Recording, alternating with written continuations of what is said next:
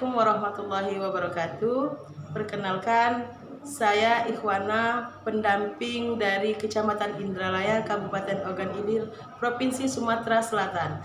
Dalam hal ini saya akan membawakan modul 8, pemetaan potensi keluarga dan rencana dalam pencegahan dan penanganan stunting.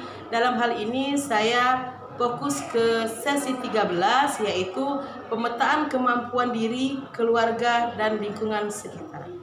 Assalamualaikum warahmatullahi wabarakatuh. Waalaikumsalam warahmatullahi wabarakatuh. Apa kabar ibu-ibu? Alhamdulillah sehat. Alhamdulillah kalau sehat. Terima kasih atas kehadirannya dalam rangka pertemuan pembelajaran kita tentang stunting yang setiap bulan kita lakukan. Hari ini kita akan melanjutkan kembali pelajaran kita tentang stunting.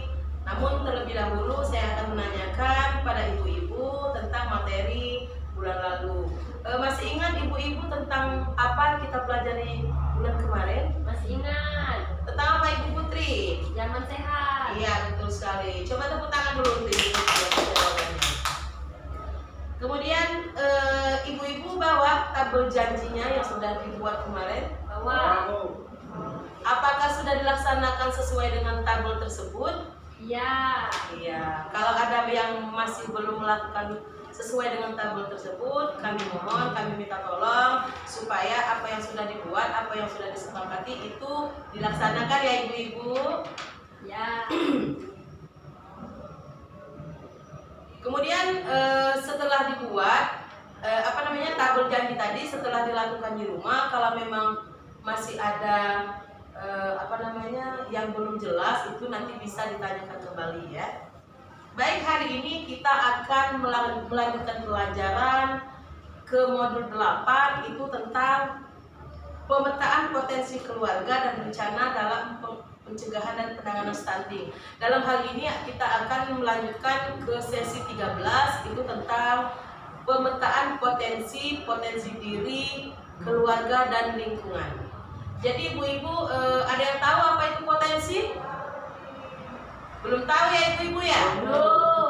Jadi potensi itu bisa diartikan adalah kemampuan seseorang yang sudah ada di dalam diri tetapi belum terlihat. Itu yang dinamakan potensi. Jadi potensi itu dengan kata lain kemampuan. Ya ibu-ibu, apa tadi potensi? Kemampuan. Nah, terus sekali. Jadi potensi itu bisa dibagi atau dipetakan ke 3 kelompok. Yang pertama potensi diri, yang kedua potensi keluarga, dan yang ketiga potensi lingkungan. Jadi potensi lingkungan. Ada yang tahu contoh potensi diri kira-kira apa saja? Saya Bu, Ya, apa itu? memberi ASI eksklusif. Ya, betul sekali. Tepuk tangan untuk ibu ini. Jadi silakan ibu-ibu bagi menjadi 3 kelompok. Nanti silakan diskusikan apa saja yang termasuk ke dalam kategori potensi. Jadi di sini silakan bagi menjadi 3 kelompok. Kelompok pertama potensi keluarga. Yang potensi diri. Yang pertama itu kelompok pertama potensi diri. Kemudian kelompok 2 itu potensi keluarga. Kemudian yang ketiga itu potensi lingkungan. Jadi silakan ibu-ibu berdiskusi apa saja yang masuk dalam kategori potensi tersebut. Jadi silakan ibu-ibu berdiskusi. Bagaimana ibu-ibu, sudah selesai diskusinya? Sudah, Bu. Sudah.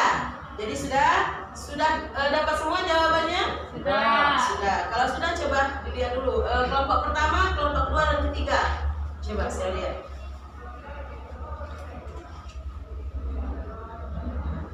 Terima kasih atas diskusinya. Nanti akan kita bahas satu-satu ya ibu-ibu. Kita tempel dulu. Bisa dibantu Ibu Rini?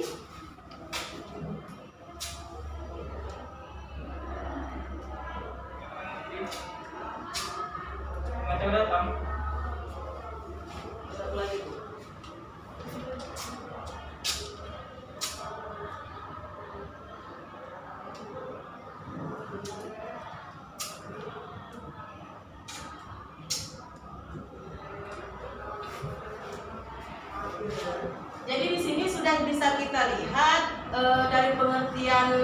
potensi tadi yaitu kemampuan diri, kemampuan yang ada dalam diri yang sudah ada tetapi belum terlihat. Jadi di sini kita bisa memetakan kemampuan diri, keluarga dan lingkungan sekitar itu untuk menanggulangi stunting ya ibu-ibu. Jadi di sini bisa kita petakan itu ada 3 potensi. Yang pertama potensi diri. Potensi diri itu adalah kemampuan yang sudah ada di dalam diri. Jadi di sini untuk mencegah stunting itu potensi yang bisa kita gunakan yang ada pada diri itu salah satunya memberi ASI eksklusif. Tahu ibu-ibu apa itu ASI eksklusif? Tahu. Tahu. Apa itu Ibu Putri? Menyusui anaknya dari 0 bulan sampai 6 bulan. Iya, betul sekali. Tepuk tangan dulu. Jadi potensi yang bisa kita gunakan dalam menanggulangi stunting itu memberikan ASI eksklusif. Karena bagaimanapun yang namanya ASI itu yang paling bagus untuk dikonsumsi oleh bayi. Ya. Jadi bayi dari 0 sampai 6 tahun, 6 bulan itu harus cuma minum ASI, jangan diberi makanan yang lain ya. Paham ibu-ibu? Paham. Kemudian potensi diri yang kedua itu makan makanan yang bergizi. Jadi di sini bapak ibu-ibu selama hamil mohon ibunya, keluarganya itu diberikan gizi yang seimbang supaya kita terhindar, anak-anak nanti terhindar dari stunting. Karena selain memberi ASI eksklusif, makanan-makanan yang bergizi juga bisa membantu kita untuk menanggulangi stunting. Kemudian potensi keluarga yang pemetaan potensi yang kedua itu potensi dari keluarga. Jadi di sini dari hasil diskusi ibu tadi itu ayah dan ibu bersama-sama memberi pengasuhan yang baik pada anak. Jadi masalah pengasuhan itu bukan hanya tanggung jawab ibu, tapi juga tanggung jawab ayah beserta keluarga. Jadi jangan hanya mengandalkan seorang ibu untuk mengurus anak, itu salah. Jadi ayah dan ibu itu bekerja sama dalam mengasuh anak. Kemudian potensi keluarga yang kedua itu hasil diskusi tadi membawa anak ke kelayanan kesehatan untuk memantau kesehatan.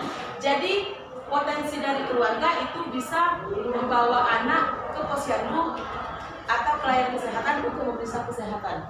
Yang ketiga potensi lingkungan. Di sini ada pemanfaatan bantuan sosial untuk memberi bahan pangan yang bergizi. Jadi kalau ibu-ibu dapat bantuan BPNT, ibu bisa membelanjakannya di e-warung dengan bahan-bahan yang berguna, yang bergizi. Kemudian pemanfaatan lahan pekarangan rumah. Jadi potensi lingkungan itu pemanfaatan lahan pekarangan. Kalau di rumah ibu-ibu ada lahan kosong, itu bisa ditanam dengan sayur, kemudian buah-buahan itu sebagai tambahan untuk kita. Jadi kalau ada lahan kosong bisa juga kita buat kolam ikan. Kolam ikan nanti hasilnya bisa kita makan, kita konsumsi untuk keluarga. Jadi di sini kira-kira ibu-ibu paham belum? Apa itu namanya pemetaan kemampuan? Apa itu namanya potensi. Jadi ibu-ibu paham ya apa itu potensi? Potensi itu adalah kemampuan diri dalam menanggulangi stunting. Sampai di sini paham ya ibu? Paham.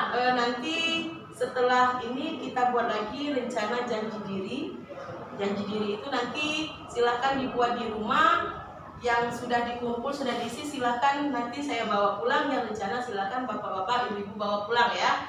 Nanti dilaksanakan sesuai dengan janjinya. Terakhir, jangan lupa tabel janji itu harus dilaksanakan ya ibu-ibu. Jangan cuma dibuat, harus dilaksanakan. Nah, kemudian kalau ada penjelasan saya yang kurang dimengerti, nanti silakan hubungi kembali, silakan boleh bertanya, walaupun bukan dalam pertemuan ini, boleh lewat telepon, boleh lewat WA.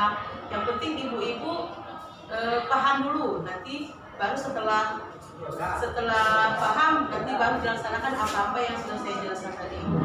Jangan lupa bulan depan kita masih bertemu kembali untuk melanjutkan pelajaran kita selanjutnya tentang stunting. Demikian saja ibu-ibu. Assalamualaikum warahmatullahi wabarakatuh. Waalaikumsalam.